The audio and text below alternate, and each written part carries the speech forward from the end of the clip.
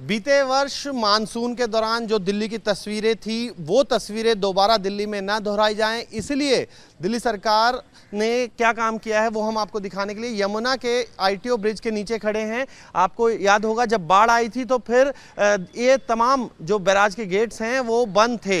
इन gets को अब खुलवा लिया गया है और जो डिसिल्टिंग थी वो भी अब करवा ली गई है। कितना इससे फ़र्क पड़ेगा, क्या होगा इससे बताने के लिए हमारे साथ खुद जो मंत्री हैं सौरभ भारद्वाज वो हैं। सर, आपके डिपार्टमेंट ने यहाँ पर किया तो काम दिख रहा है, लेकिन इससे फ़र्क क्या पड़ने वाला है और कितना जो है अभी तक आपने डिसिल्ट कर लिया है? देखिए, अभी हम आईटीओ बैराज के नीचे खड़े हैं। पिछली बार जो मॉनसून में हरियाणा से पानी यमुना में छोड़ा गया, मुझे लग रहा है वो पिछले कई दशकों में इतना पानी नहीं आया। और ये आईटीओ बैराज के गेट्स जो जैम्ड थे वो एक बड़ा कारण था जिसकी वजह से यमुना के अंदर बाढ़ आई। ये हमने तब भी बताया था। ये आईटीओ बैराज बेसिकली हरियाणा सरकार का है, वही इसको मेंटेन करते हैं। मगर इस बार हम लोग उनके पीछे लगे रहे और हम लोगों ने इंश्योर कराया है कि ये सारे के सारे गेट्स खुल जाएं, और जो गेट्स नहीं खुल पा रहे थे, जैम थे, उनको हमने कटवा दिया है। और यहाँ पे आप ये देख सकते हैं, ये जो चैनल बने हैं इनको पायलट कट कहा जाता है। आप देख सकते हैं ये जो पहाड़ हैं ये बेसिकली सिल्ट के पहाड़ हैं। और क्योंकि यमुना के अंदर फ्लो बंद था, इतना फ्लो कभी आता ही नहीं था, तो यमुना में दोनों तरफ जो है इस तरीके के आप कह सकते हैं छोटे छोटे टापू बने हुए थे। इस बार इन पायलट कट्स को इसलिए बनाया गया ताकि जैसे ही यमुना के अंदर तेज़ बहाव आएगा, ये सारा का सारा टापू, ये सारी की सारी सिल्ट जो है ये बह जाएगी। और मुझे लगता है कि एक क्लियर चैनल इस बार हम लोग यमुना को दे रहे हैं।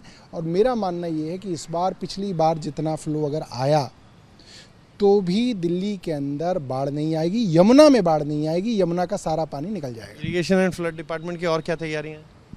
देखिए, इरिगेशन फ्लड कंट्रोल डिपार्टमेंट ने जितने हमारे रेगुलेटर हैं, जैसा कि आप देख सकते थे पिछली बार जो WHO बिल्डिंग के पीछे वाला जो रेगुलेटर था वो टूट गया था, जिसकी वजह से सुप्रीम कोर्ट तक पानी पहुंच गया था।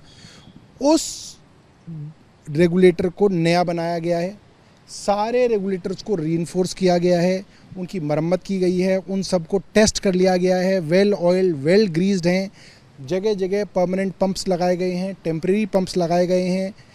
पूरे इंतज़ाम जो हैं इस बार इरिगेशन फ्लड कंट्रोल ने यमुना की बाढ़ को लेके किए हैं। ये तो आपने जो बरसात को लेकर, जब बरसात आएगी तब की स्थिति है जहां पर हम देख रहे हैं कि गेट्स खुल गए हैं और हो सकता उस वक्त उम्मीद यही है कि कुछ ना हो, लेकिन अभी दिल्ली वाले तरस रहे हैं पानी को लेकर। उसका कोई परमानेंट सॉल्यूशन निकलता हुआ नज़र नहीं आ रहा। उपराज्यपाल से मीटिंग भी कर चुके हैं। देखिए, हम लोगों ने कल उपराज्यपाल महोदय से करीब 1.25 घंटे मीटिंग की। मेरा मानना ये है कि उस मीटिंग के अंदर जो हुआ वो प्रेस रिलीज़ के अंदर एलजी साहब ने नहीं बताया। उनकी प्रेस रिलीज़ मिसलीडिंग थी। मैं उनसे ये निवेदन करना चाहता हूँ, उन्होंने खुद हमें बताया कि 3 कैमरे लगा के उन्होंने पूरी मीटिंग को रिकॉर्ड किया।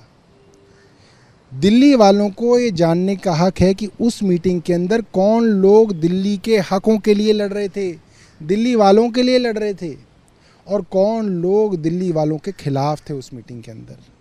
इसीलिए एलजी साहब उस वीडियो को रिलीज़ नहीं कर रहे। अगर वो रिलीज़ कर देंगे उस वीडियो को तो केंद्र सरकार, भारतीय जनता पार्टी और एलजी साहब पूरी तरीके से एक्सपोज हो जाएंगे। परेशान तो दिल्ली की जनता हो रही है ना, इन दी एंड पानी तो मिल नहीं रहा है दिल्ली वालों को। सुप्रीम कोर्ट ने ऑर्डर कर दिया, देश की सबसे बड़ी अदालत ने ऑर्डर कर दिया कि भाई हरियाणा तुम पानी नहीं देना चाहते तुम मत दो, हिमाचल पानी दे रहा है दिल्ली को, कम से कम उस पानी को रास्ता तो दे दो।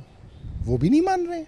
अब आप बताइए कि हरियाणा की भारतीय जनता पार्टी सरकार का क्या किया जाए और ऐसे एलजी साहब का क्या किया जाए जो आज भी हरियाणा की बीजेपी की सरकार को डिफेंड करने में लगे हुए हैं। दिल्ली प्रायोरिटी नहीं है, हरियाणा की भारतीय जनता पार्टी सरकार उनके लिए प्रायोरिटी है। हरियाणा से समस्या नहीं है हमें, हरियाणा के तो लाखों लोग दिल्ली के अंदर काम करते हैं, दिल्ली के अंदर रहते हैं, दिल्ली के अंदर नौकरियां करते हैं। हरियाणा की भारतीय जनता पार्टी सरकार से समस्या है।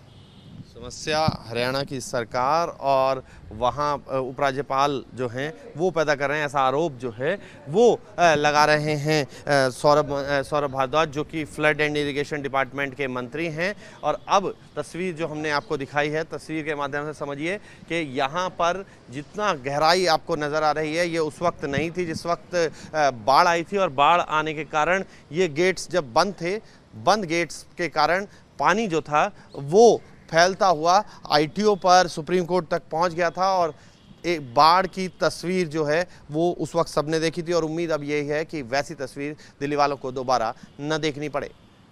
वीडियो जर्नलिस्ट संदीप लोहिया के साथ मोहित बख्शी, न्यूज़ नेशन, दिल्ली।